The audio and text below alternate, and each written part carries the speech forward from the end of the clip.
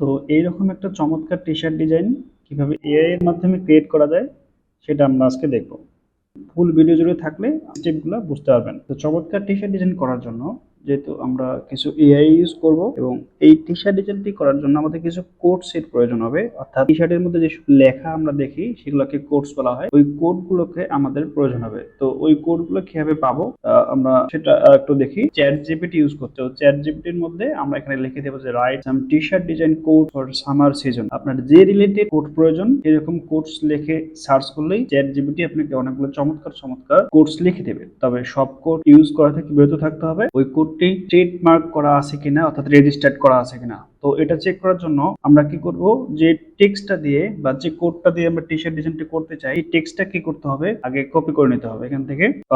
আমি সাপোজ ধরলাম এখানে good vibes and ocean tides নামের যে টেক্সট আছে এই টাইপের একটা কি করব, এই কোডটা দিয়ে টি শার্ট ডিজাইনটি করব। তো জাস্ট এখান থেকে এসে আমার trademarkia.com ওয়েবসাইটটা আসতে হবে। আসার পর এখানে সার্চ অপশন পাবো। সার্চ অপশনে আমাদের এই টেক্সটটাকে এখানে পেস্ট করে সার্চ অপশনে দিতে হবে। তো সার্চ করলে দেখা যাবে এখানে ওই হুবহু ওই টেক্সটটা এখানে আসছে কিনা। তো দেখা যাচ্ছে এখানে টাইডস এন্ড ভাইবস নামে যে একটা অপশন আছে সেটা রেজিস্টার্ড করা আছে, কিন্তু এই টেক্সটটা কিন্তু রেজিস্টার্ড করা আমরা কোথাও দেখছি না। তার মানে কোনো রকম রিস্ক ছাড়াই আমরা এই টেক্সটটা দিয়ে টি শার্ট ডিজাইনটি করতে পারবো। তো আমরা যেটা করব, এই কোডটা দিয়ে যদি টি শার্ট ডিজাইনটি করব, তো আমরা টি শার্ট ডিজাইন করার জন্য আমরা একটা ওয়েবসাইট ইউজ করি, সেটা হচ্ছে glip.app। ঠিক আছে, তো এইখানে এসে জাস্ট আমাদের যে অ্যাকাউন্ট ক্রিয়েট না করা থাকে এখান থেকে একটা সাইন আপ করে নেবেন। তো জাস্ট আমি এখান থেকে সাইন ইন করছি।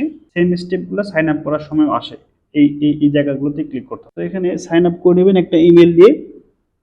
অবশ্যই সেটা অথেন্টিক ইমেল হবে, টেম্পোরারি মেল দিয়ে হবে না। তো আমরা যেটা করব, এখানে বিল্ড নামে একটা অপশন পাবো। বিল্ড অপশনে ক্লিক করব, করার পরে এখানে আমাদের এখানে একটা আসবে যে স্টার্ট বিল্ডিং ইউর গ্লিপ ব্লক। তো এখান থেকে ক্লিক করলেই আমাদের অনেকগুলো অপশন আসবে। আপনি কি ধরনের কি চান সেটা জাস্ট এখানে দিয়ে দিতে হবে। তো আমরা যেহেতু একটা ইমেজ জেনারেট করব, তো ইমেজ জেনারেট করার জন্য কি করতে হবে, এখান থেকে জাস্ট এই অপশনটাতে ক্লিক করে ইমেজ যেটা জেনারেটর করার পরে এখানে যেটা কি করতে হবে, আমরা এইখানে আমাদের প্রম্পটটা দিয়ে দিই। আমরা যে ধরনের টি শার্ট ডিজাইন চাই সেটা প্রম্পটটা বা ডেসক্রাইবটা সুন্দর করে এখানে দিতে হবে। আর এখানে হচ্ছে ইমেজ জেনারেশন মডেল, কোন ধরনের আমরা মডেল ইউজ করতে পারি। আমরা স্টেবল ডিফিউশন, ডালি, এই যে অপশনগুলো আছে এগুলো ইউজ করতে পারি। তবে সবচেয়ে বেটার যেটা কাজ করে সেটা হচ্ছে ফ্লাক্স প্রো। এই ফ্লাক্স প্রোটাকে আমরা ইউজ করব। তো এখান থেকে আমরা পোর্ট্রেট অপশনটা সিলেক্ট করি। এখানে অনেকগুলো ইমেজ সাইজ অপশন আছে, আপনি আপনার মতন করে নিতে পারবেন। তো আমি জাস্ট এখান থেকে পোর্ট্রেটটা নিয়ে নিলাম। তো এখানে আমরা আমাদের ডিসক্রিপশনটা সুন্দর করে দিয়ে দিই। তো আমাদের যেটা কি করতে হবে, এখানে আমাদের সুন্দর করে প্রম্পট দিতে হবে। আমরা যে ধরনের টি শার্ট ডিজাইন চাই সেই প্রম্পটটা আমরা এখানে দিয়ে দিব। দেওয়ার পরে এখান থেকে রান দিস ক্লিপে অপশনে ক্লিক করলেই কিছু সময়ের মধ্যে আমাদের ওই ইমেজটা জেনারেট করে দিয়ে দেবে। দেখেন চমৎকার ওয়েতে খুব সুন্দর একটা টি শার্ট ডিজাইন আমাদের কিন্তু ক্রিয়েট হয়ে গেল, যেটা আমরা ম্যানুয়ালি করতে গেলে অনেক অনেক সময় লাগতো, হয়তোবা এত সুন্দর একটা আইডিয়া জেনারেট আমরা করতে নাও পারতাম। তো এইভাবে প্রফেশনাল সুন্দর সুন্দর চমৎকার চমৎকার ডিজাইন করার জন্য আমরা এই ফ্লাক্স প্রো এআইটাকে ইউজ করতে পারি। ঠিক আছে, তো জাস্ট এতটুকু করলেই হবে না, এটাকে আমাদের কি করতে হবে, সেভ করতে হবে। আমরা ওপেন ইমেজ করে এই ফাইলটাকে সেভ করি।